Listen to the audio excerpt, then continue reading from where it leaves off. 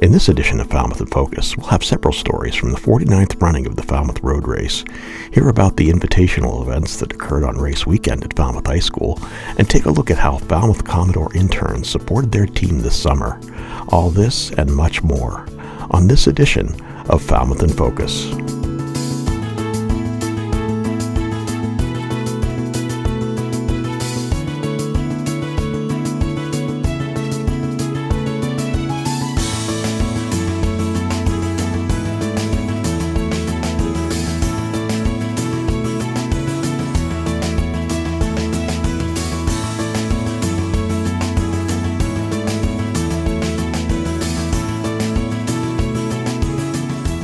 Hello and welcome to Falmouth in Focus, FCTV's current affairs program. I'm your host, Michael KASPARIAN. During his weekly Friday video briefings last week, Falmouth health agent Scott McGann reported that the level of COVID-19 transmissions is currently low in Falmouth, using the CDC's rating levels.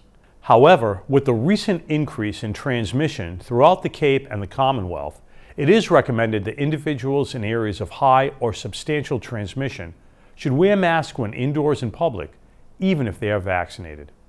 Falmouth health agent Scott McGann has resumed his weekly Friday video briefings to bring us the most up-to-date advisories.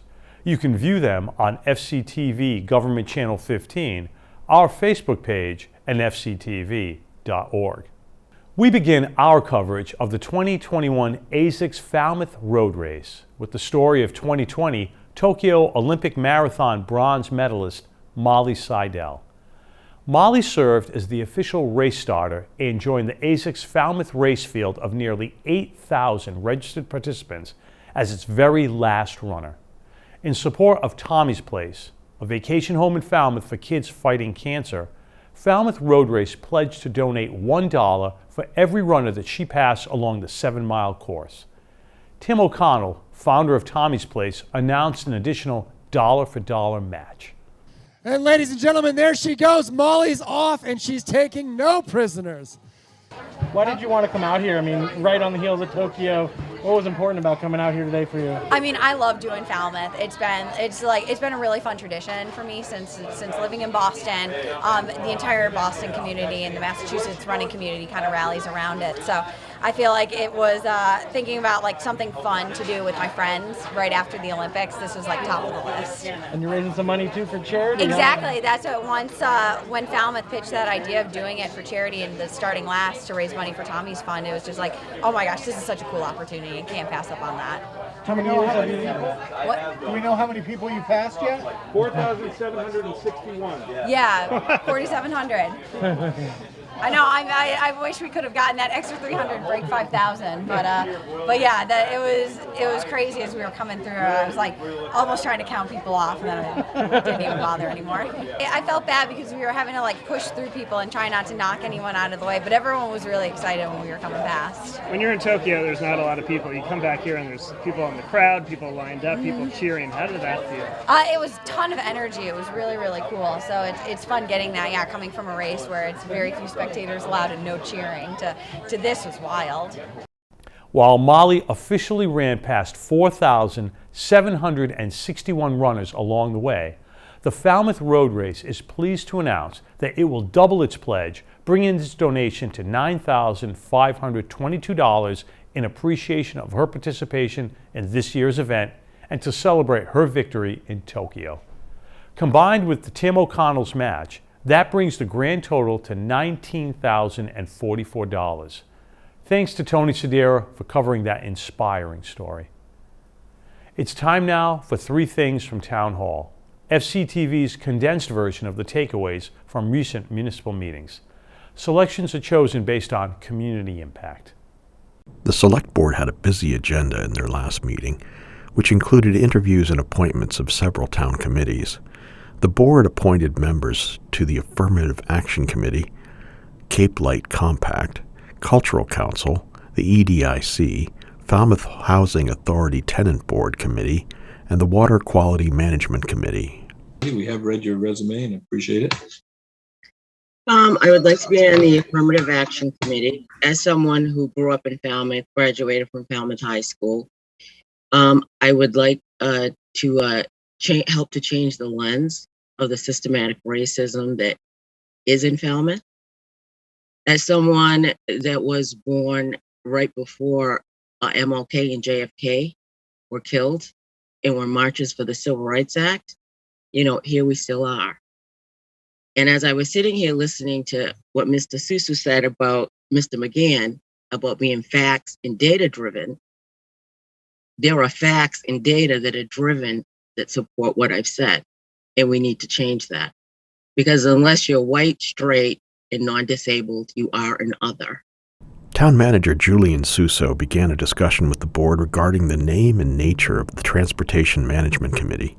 He stated that there has been confusion about the committee's role in town and emphasized that the committee is advisory only.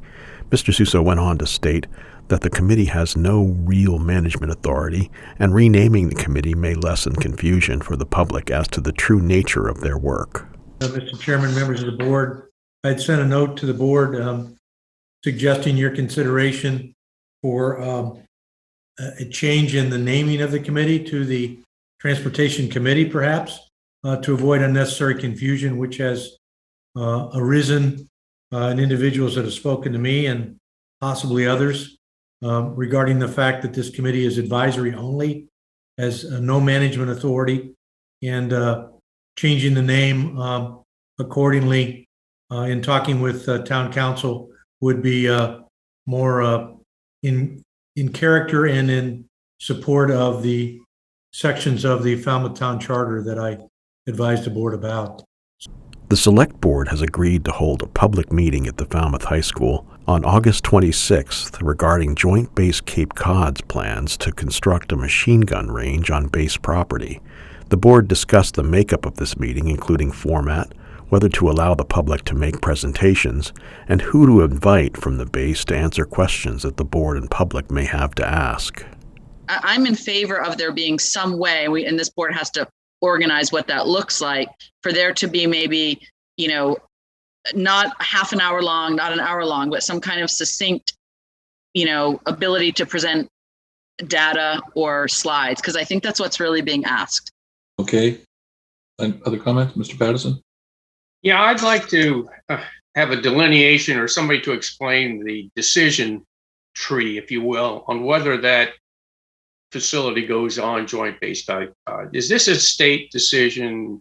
Is it a federal decision? Where's the authority lie? To see the meetings in their entirety, check out Government Channel 15's program schedule at fctv.org. We're going to take a quick break, and when we return, we'll hear how the Falmouth Commodores interns supported the team this summer, and we'll also have more stories from the ASICS Falmouth Road Race. Stay with us. Hi, I'm Mark Schmidt, inviting you to become a member of the Museums on the Green in Falmouth. It's a great opportunity to connect with people interested in history, have fun at our events, and be part of an organization that means so much to our community. As a member, you'll get a digital membership card and some very cool perks, including free admission to the museums, special invitations to members-only events, advance notice of special events and outings, free access to the digitized research library. Some memberships also include reciprocal benefits to more than 1,000 other participating arts, cultural, and historical institutions, along with botanical gardens, children's museums, and science and technology centers across the country. Visiting a museum makes you feel good, so visit our website to learn how you do more, save more, and help more. Your membership helps preserve the museum's historic buildings, build our archives, and bring dynamic events and programs into the community, this year and every year.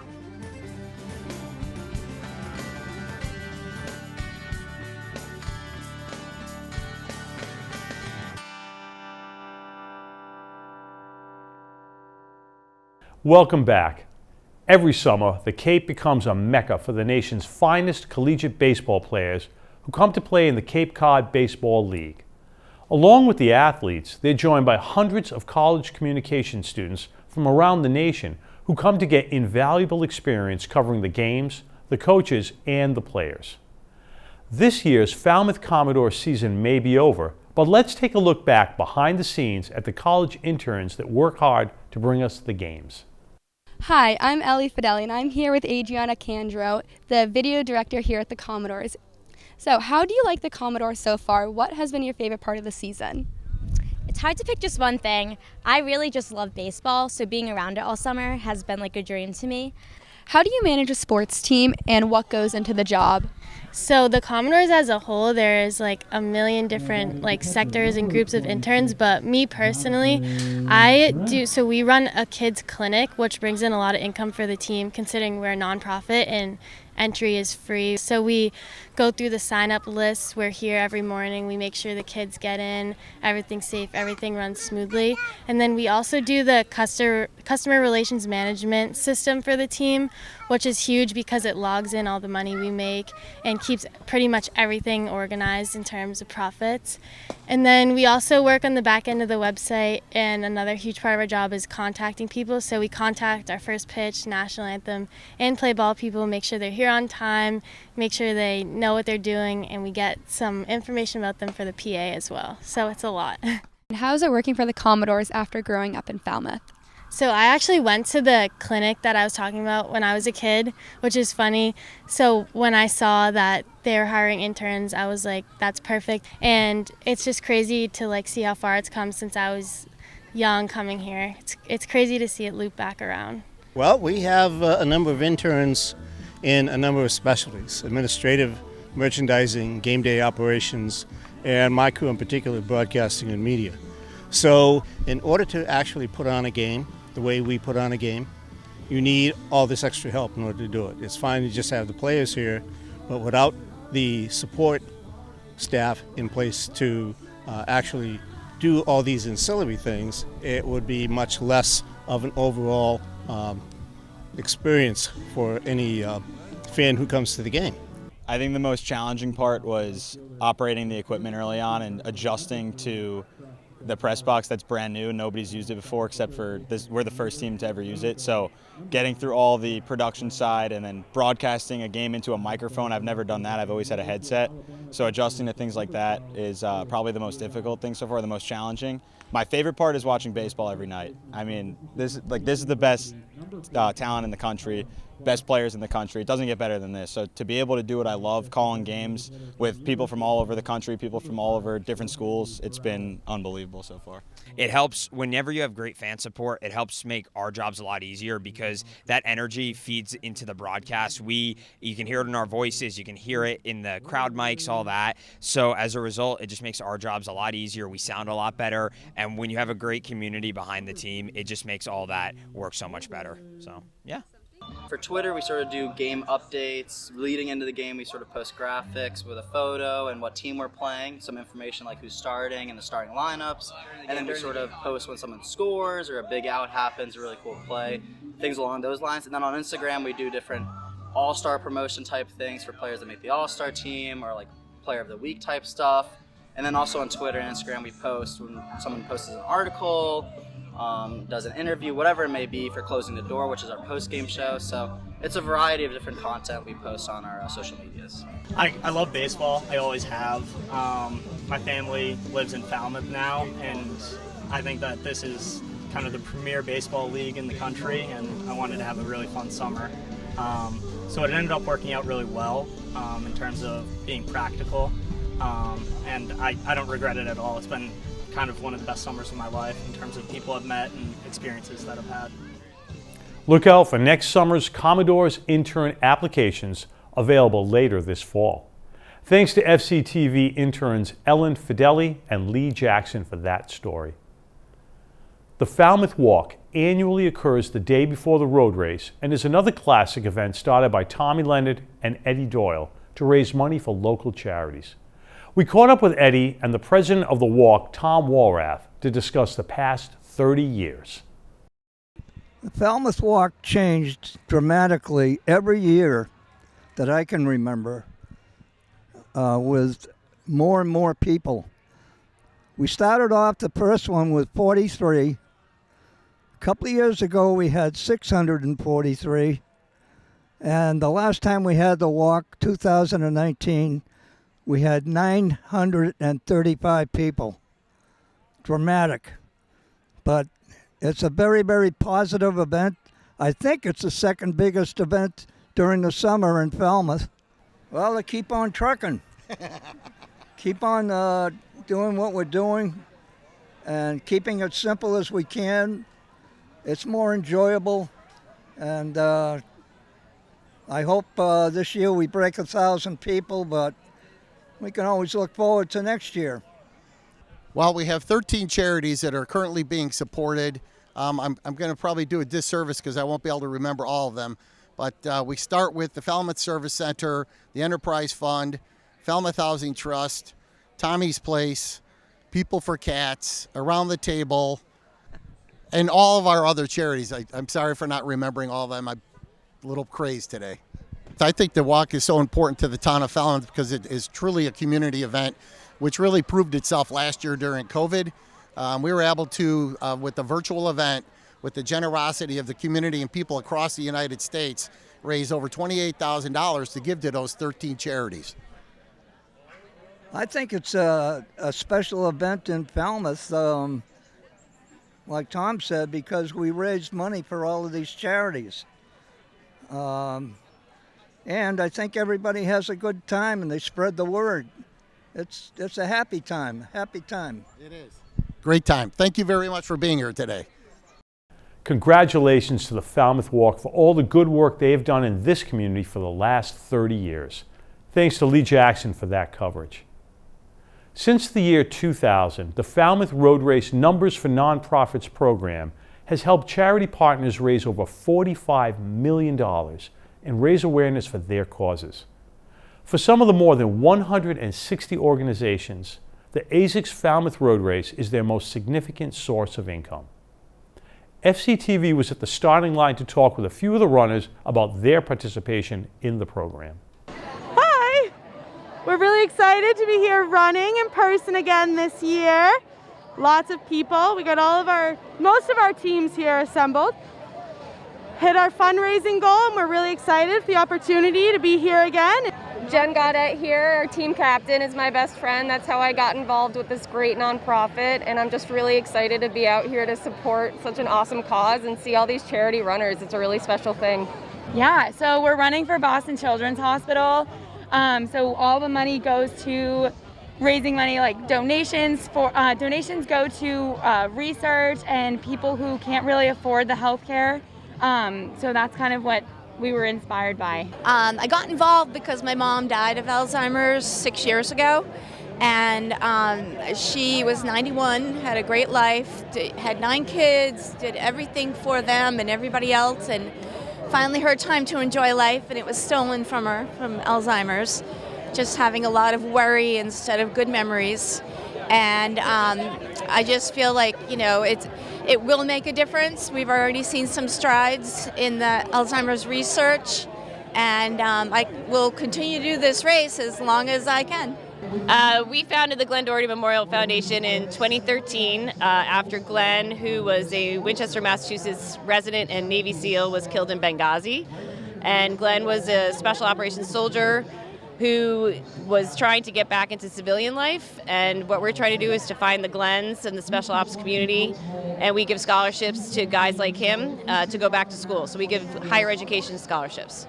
Hi, my name is Dave Bent. I'm running for ALS 1, and for you I will fight in honor of Tara O'Brien and in memory of my grandmother, Margaret Indelicato.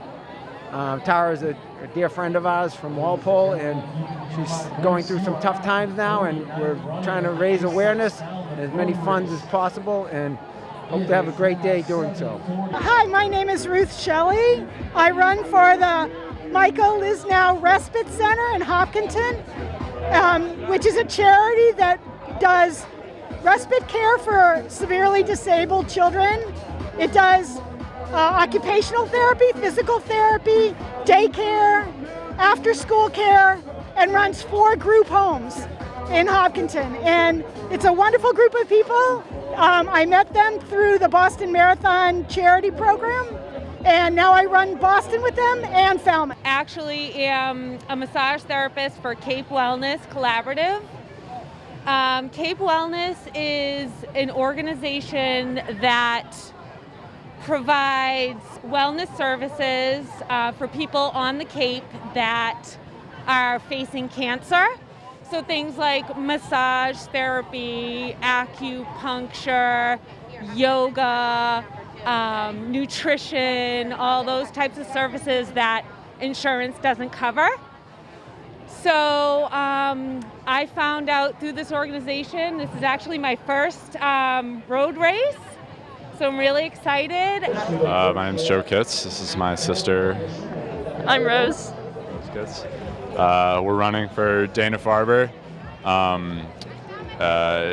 for the people who haven't had a cure for their treatment or can't afford their treatments. And I was lucky when I was diagnosed with Hodgkin's lymphoma that my family had the resources and there's a cure for what I was going through. So I feel very fortunate and blessed. And so I'm running for the people who aren't as lucky as me. The Numbers for Nonprofits program is still tallying up the numbers from this year's event. Thanks to Tony Sedera for that coverage from the starting line. We're going to take a quick break, and when we return, we'll hear from some of the top finishers from this year's race. Stay with us. My name is Tracy Crago, and it is my pleasure to oversee the nonprofit organization Falmouth Volunteers in Public Schools, or Falmouth VIPS. While this year may have looked like no other in the 40 years since we have been placing volunteers in our public schools, one thing remains unchanged: volunteers matter. VIPS volunteer mentors, tutors, and academic coaches learn new skills and utilize technology to maintain important relationships with students. They participated in Zoom meetings and technology trainings to learn how to deliver their expertise, support, encouragement, and advice to students. Requests for volunteer tutors reached an all-time high. Looking ahead, tutors will continue to play a vital role in helping our students. The pandemic affected all of us, but for students, the effects of COVID have had significant impacts on their educational experience. If you are interested in becoming a volunteer tutor, we would love to hear from you. Whatever your subject or interest area might be, we can match you with a student who could benefit from your help. Tutoring sessions can be done remotely or in some cases in person.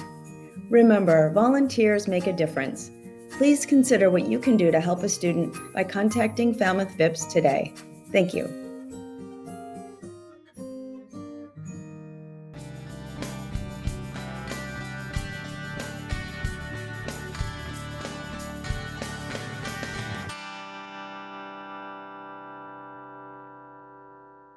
Welcome back to Falmouth in Focus.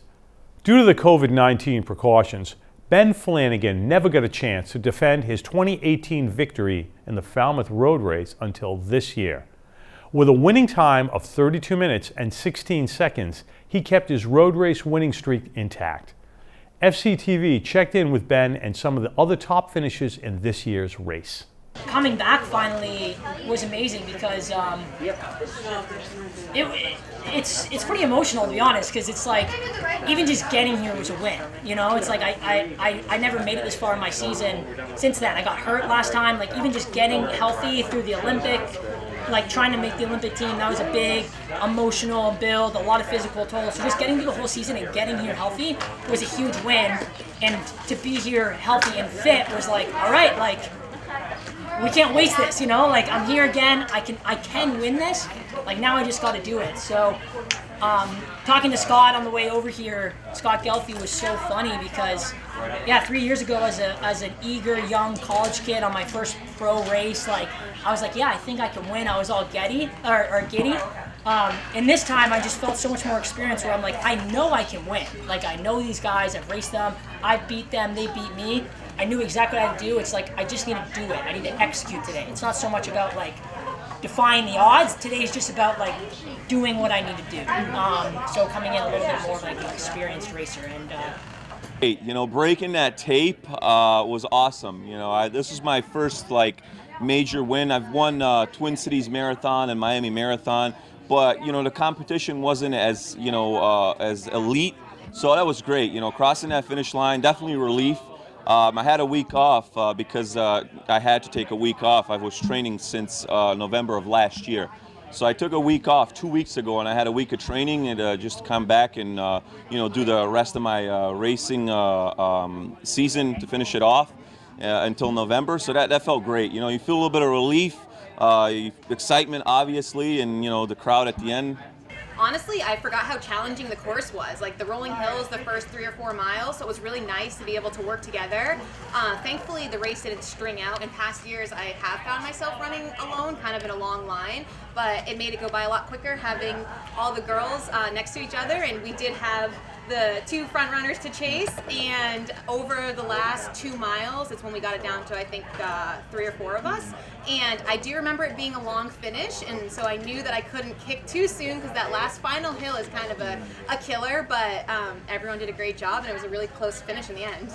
I spent a lot of time here, and between actually, I'm a big track nerd. Like, I love the data, I love looking at cores and stuff, so between actually having the hometown advantage, I don't know, literally, I guess, or just from the logistics side, it's also an emotional advantage too. I have such strong ties to this community, to this race, that even just coming here and knowing the course well is an advantage in itself, but also just the energy I have when I'm here. And the last mile, it's not me just winning for me. It's I got Scott Gelfie at the finish line, who I want to see, my girlfriend, my family's here, the community, the road race team, who I go and visit every time I'm here, all these people supporting me. That last K is just about everyone, and it just gives you the momentum you need to kind of get the best out of yourself. It is a great course, beautiful course, great spectators. I mean, the town is so welcoming. It's awesome. Just doing this race in August is very hot and humid, but we just keep coming back because it's a fun race. Thanks to Tony Sedera for that coverage. Since 1995, the Falmouth Elite Mile has played host to more than 24 Olympians. This invitational event, along with the 10th running of the Tommy Cochary High School Mile, were both held at Falmouth High School on race weekend. After a pre-race pep talk from the 2021 Tokyo Olympic Marathon bronze medalist Molly Seidel, the 10th running of the Tommy Cochary High School Mile showcased some of the best milers in Massachusetts. The High School Mile, which began in 2010 and is held as part of the Falmouth Trek Festival the evening before the A6 Falmouth Road Race, was renamed 10 years ago in honor of Tommy Cochary, a young Falmouth runner who was killed in a drunk driving accident in 1990.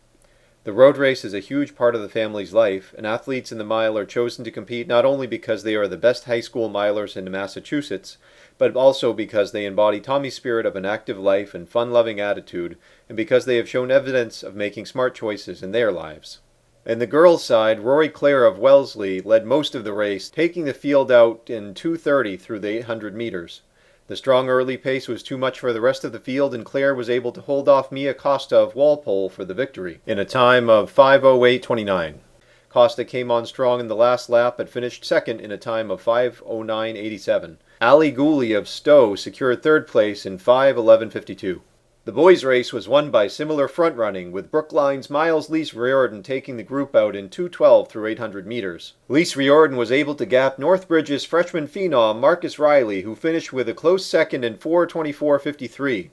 Caleb Strayer of Acton outkicked Falmouth's own Henry Gartner for the last spot on the podium. Strayer placed third in 4:29.39. On to the Elite Mile. The women's race was strategic as the pack of 7 held tightly together until the final lap. Taryn Rollins and Amy Elise Markovic led through the half mile. Schottenhafen took the lead with 600 meters to quicken the pace and string out the pack. In the closing meters, Markovic pulled even with Schottenhafen and edged her out on the line with only 2/100ths of a second between them, 4:41.03 to 4:41.05. Rawlings closed in third with a time of 4:41.69. In the elite men's, Canadian Charles Philbert Thibodeau led throughout the running to close in a personal best 3:52.97, followed closely by Craig Engels in 3:58.97, and rounding out the three was Johnny Gregorick in 3:54.18. Thanks to Ryan Weber and the Falmouth High School video crew for bringing us that story. FCTV wants to remind you that television can be as easy as hitting record on your smartphone. We'd like to invite all Falmouth residents and visitors to share their slice of life with us. Email us your photos and videos or upload them to Facebook, Twitter, or Instagram using the hashtag MyFalmouth or Falmouth in Focus to be featured on the show. Thank you to our most recent contributors. We leave you now with more sights and sounds from the 2021 ASICS Falmouth Road Race. Thank you for watching Falmouth in Focus. We'll see you next time.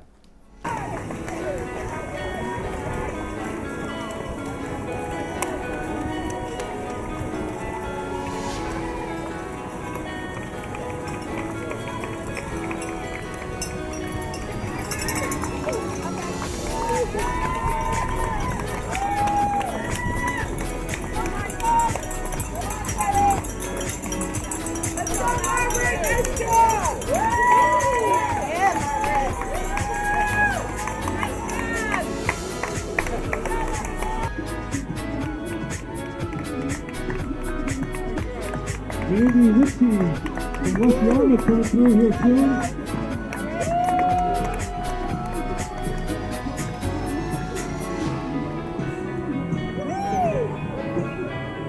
We're going to look for results later on our website, FalmouthRoadRace.com.